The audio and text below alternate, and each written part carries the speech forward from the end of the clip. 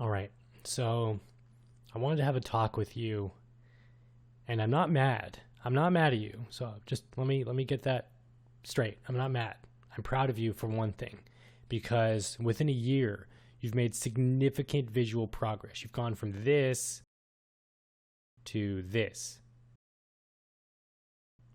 which is saying something, especially for a game as early as you are. To go from that to that is fantastic. And most games wouldn't, they wouldn't have textures, or they'd still be trying to figure all this stuff out. But you've got your base. You're there. That's great. I think that's saying something for the naysayers in the group who don't really believe in you yet. And you're still young. I know you're trying to be like your older brother, and you might reach his, height amongst the circle, that niche that he's a part of one day. And it's still really early for you, I know. Right now we need to talk about free to play and pay to win, and what that means for you and your style that you're going for.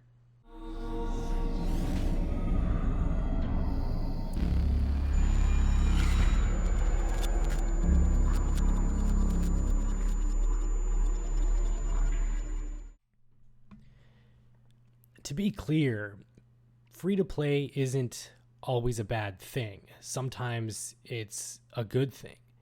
People forget that free-to-play was a big model back in the 90s, the long-forgotten time of the 90s, when free-to-play used to just be called shareware. Anybody know there's this game series called Doom, I think? And when Doom first came out back in the 90s, it was free-to-play. It was shareware.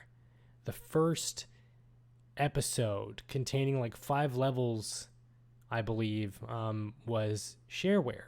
And you literally just got the disc and you handed it over to your friend, or your friend burned a copy for you or whatever, and then bam, you had it. That's what it was. It was word of mouth. It was passing things around.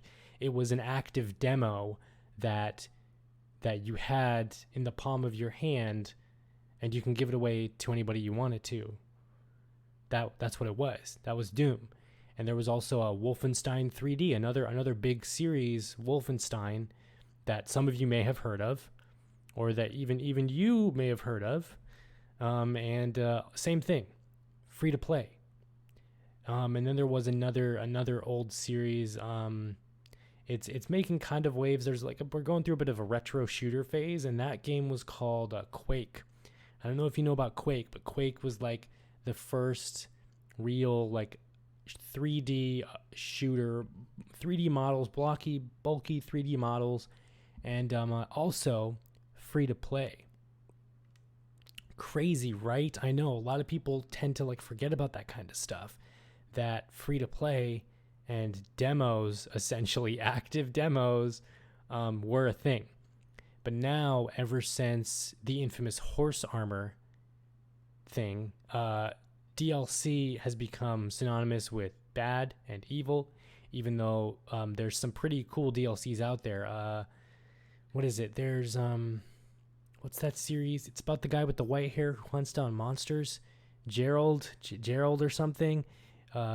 Yeah, he's a witch hunter, I think is what it is, and he had DLC for his games. Granted, there was a lot of it that was actually free DLC that the developers felt like being awesome about, and just, there's some DLC for you. But they also came out with expansion packs that were big enough, and if not better than the main game, that was a full $60. I know, right? That's crazy. But that's DLCs. DLCs aren't bad. You can essentially turn them into a good light if you are ethical about them, and that's what CD Projekt Red was. That's what Gerald of Riverdale did. Free DLCs, ethical DLCs. It's a model that people, I think, are willing to be for and go for if you handle it right. Same thing with free to play. I know free to play is a big bad word, and I know you're trying really hard to have it be this ushered in this new medium, make free to play a thing, and it possibly can do that. Warframe is a free to play game. You do not have to spend a single dime in Warframe, and all the microtransactions that are bad and evil in Warframe are cosmetic. You can grind and use in-game currency to unlock those, or you can use real money to just unlock it early. But there's no real benefit because it's not upgrades, it's side grades for Warframe. Same thing with Path of Exiles. Another kind of defense for free-to-play is it's just a demo. That's all it is. Or in interviews, I know Dennis has said, try before you buy. It's just an active demo. But the thing is that it's a full game while still being a demo, if that makes sense. Nowadays, you have timed demos that last about 20 minutes or even an hour, and then that's it. And then you have to pay for the full $60 game if you want it, right? For this, you don't have to pay at all. Now, I know you have a store page that, link down below. I know you have a store page, and people automatically see that page and they think it's a freemium, which I believe freemium is like, it's free to play, but you have to constantly dish out money to progress, right? That's someone correct me if I'm wrong on what freemium is. Yeah. So they think just because they see the store page and they see those prices and they think freemium, or they think pay to win. And pay to win is different than free to play. Pay to win is Clash of Clans. Pay to win is you are grinding and the amount of time it takes you to grind is too long to stay interested in the game, and that forces your hand to spend real hard-earned cash. Or pay to win is also like Raid Shadow Legends, brought to you by our sponsor, Raid Shadow Legends. Is like Raid Shadow Legends, and that is another thing where you have to grind unstoppably, and there is a paywall between you and your progress. There is a paywall between you and getting this weapon that you really want. There is a paywall between you and killing this one person that you're fighting online against. So you spend money to get the better weapon or get the better armor to win. You've just paid to win. That's pay to win. Pay to win is fucking Spartacus. Anybody remember that game Spartacus? You might know that game Spartacus. There was this game, free to play. Okay, free to play. Came out on PlayStation Network, PlayStation 3. I think PC also for a time. There was also a mobile version. There might have been on Xbox too. Spartacus, Blood and Sand is what the game was called, I believe. That was pay to win. Free to play, but it was pay to win. You could spend money, real hard-earned money, on getting the best sword and the best armor, and then all you would do is you would chain lock them into a corner, and then you would just constantly hit them, and then you would never get a chance to get back up. But because they had the better armor and the better weapon, and they dished out $100 or whatever the fuck it was, then they won. They paid to win. That is pay to win. So let's go to the store. Okay, transition. Let's go to the store. We're at the store now, and you see these prices. All this is, for everyone out there, and for you who doesn't, maybe not understand this, this is the equivalent to early access almost. It's just another way for early access. These ages, these first and these second ages, are a fancy way for saying early access. Get in early and help us, the developers. Really help us. We will take your feedback. We will listen to you. We will compromise and build with you and develop with you and work on the lore and build with the lore. It is getting into the game early enough to where you have a significant impact on story, on lore, on locations, on gameplay mechanics, all of it. And that's what people forget about early access titles anyway. Now, some games on Steam, early access, again, also has a bad reputation. early, like some games will be in early access and they'll never come out of early access. I get it. You're hesitant on early access titles. But for this, with just being how transparent the developers, Dennis, have already been, I believe it. I kind of get it. Now, once again, you don't have to spend money at all. You can visit the store, follow Deadhaus, and then just say, and then fuck off, and then, come back in a year or two when it's actually fully released and open and the early access phase is finished. That's it. All these packs is for early access. The $30, the Risen pack, the $30 one, is the equivalent price of an indie game on Steam or an indie game when it comes out on PS4 or PS5 or whatever the hell. $30 roughly, $25.99, $30 for an indie title for a game in early access. That's it. $50 Havoc and Malice is the price equivalent of a game today. $10 more back when PS2 games were for $50 or Nintendo 64 games were $50. Hell, remember when PlayStation games came out? Those were like $40, $45.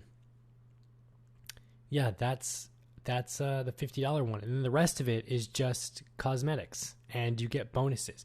Like, look at the $125 Vampire Scholar Pack. One, you get Havoc and Malice, so that $50 is part of that price, that $125, it's already in there. You also get the Risen Pack. That's the $30 also in that pack. That's $50, $60, $70, that's $80 right there. So $90, $100, $110, $120, $125. So that's roughly $45 for the Vampire Scholar Pack. And I think you get the in-game soundtrack. There's going to be a soundtrack and a digital art book also. So all these prices are just stacked on top of one another, and you get some more bonuses as well. It's not pay to win because they're just cosmetic items. There's going to be axes in the game, but if you want them to look like Havoc and Malice from Blood Omen 1, from Blood Omen Legacy of Kain, it's $50, and you get access to the first and the second age. Again, the early access, closed alpha, and closed beta tests where you can go in and shape the game. That's all this store is. That's all these prices are.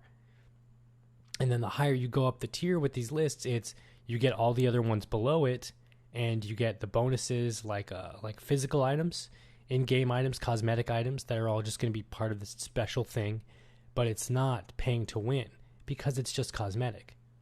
That's it.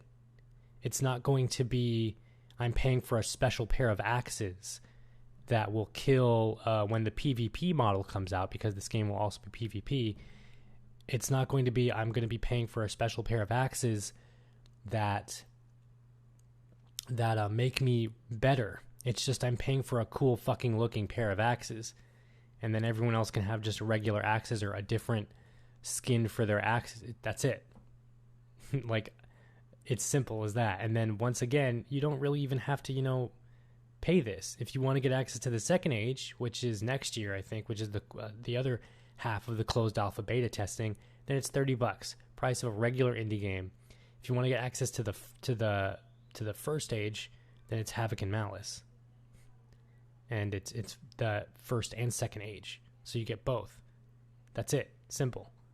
There's no pay to win here. There's no wall blocking you from progress because everything is open already. The in-game currency for all these items is going to be platinum, and you can buy more platinum with real money if you want, or you can just grind it out. Simple as that. So that's essentially it. I mean, that's the model they're going for. If you don't believe me, if you really think I'm bullshitting or I'm shilling for you or for this in general, if you think I'm a fucking shill and I'm just trying to get some like extra cash or whatever off of this, check the streams. Go and watch the Blood Omen Legacy of Kain streams over on the Deadhaus YouTube. Go and watch the Eternal Darkness streams on the Deadhaus Sonata YouTube. Go and watch just any interview with Dennis Dyack on their friggin' YouTube. Go and watch all these videos. It's the exact same thing. Go join the Discord. Go join the friggin' Discord, or follow the Facebook page or the Twitter or whatever, and talk to Dennis. He's a very active member in the community right now. Of course he is. He's the freaking creator and the developer. Like, go and talk to him, message him, ask him your questions. Go to the fact page of the Deadhaus website, link down below, for all this stuff. Like, it's there, and people just aren't willing to see it. And I understand the reserves that you and that everybody else has with this. You got burned in the past by some things, and I get it. You're hesitant. But just seeing something that could potentially, or maybe even, or will be, the next, like, Legacy of Kain, a series that is my favorite series, that I love to death, that I never shut up about, ask anybody who knows me, is cool to see. And especially with that series being so dormant, I will take anything that is Legacy of Kain related, Spiritual Successor or not, and just give it a try. And the good thing is that with this, you can try before you buy. Again, it's free to play. And so it ends. My history comes full circle. I know that the money that we make is incredibly hard earned. Some of us work shitty jobs, and that money is not easily parted with. So I get it. But again, with a free-to-play game, you don't have to spend any money. But you can't lie to yourself and say that you haven't rebought The Witcher like 5 times, or that you haven't spent money on a DLC that you were generally really glad you spent money on. It's just the way it is. It's the market now, and it's not going away anytime soon. Horse armor has started where we are today, and without horse armor, we wouldn't be anywhere. So thanks, Bethesda. No,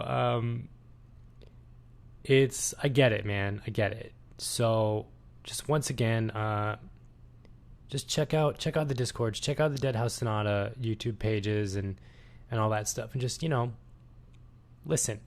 Just listen and try to open your mind a little bit, because I understand being burned by the past and early access this and DLC that and yada yada yada. It sucks. But sometimes, like, some product just comes along, and I hate that word product, some game comes along, and you just feel something, man. Like, I know that the Legacy of Kain series is a narrative-driven, single-player story game with a deep, rich, background and lore and all this stuff, man. Trust me, I love that fucking series. But, like, just imagine if Legacy of Kain had a constant lore that was growing and growing and growing and growing, and you had a part to play in it. You know what I mean? Like all these what-if scenarios for Legacy of Kain, like, what if the Hilden did this, or what if the ancient vampires did that, or what about the Elder God, and yada, yada, yada. Like, what if this and what if that? Like, imagine if that actually happened, and you could make those what-ifs like a possibility. That's Deadhaus. That's what it's trying to go for, So just, check out the social medias. Check out the links down below for info, for the store page, for all that stuff. And thanks for sticking with me so far. I am Nick, also known as Calypso on Discord, and welcome to the Necrolibriatus if this is your first time.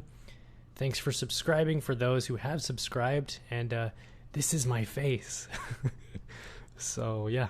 Oh, I also have Twitch now. Quick shout out. I have Twitch. I started a Twitch. Twitch is down below. If you follow me on YouTube, you might as well follow me on Twitch. I'm going to be streaming on Twitch and then just uploading it all to YouTube. So, yeah. Catch me there, folks.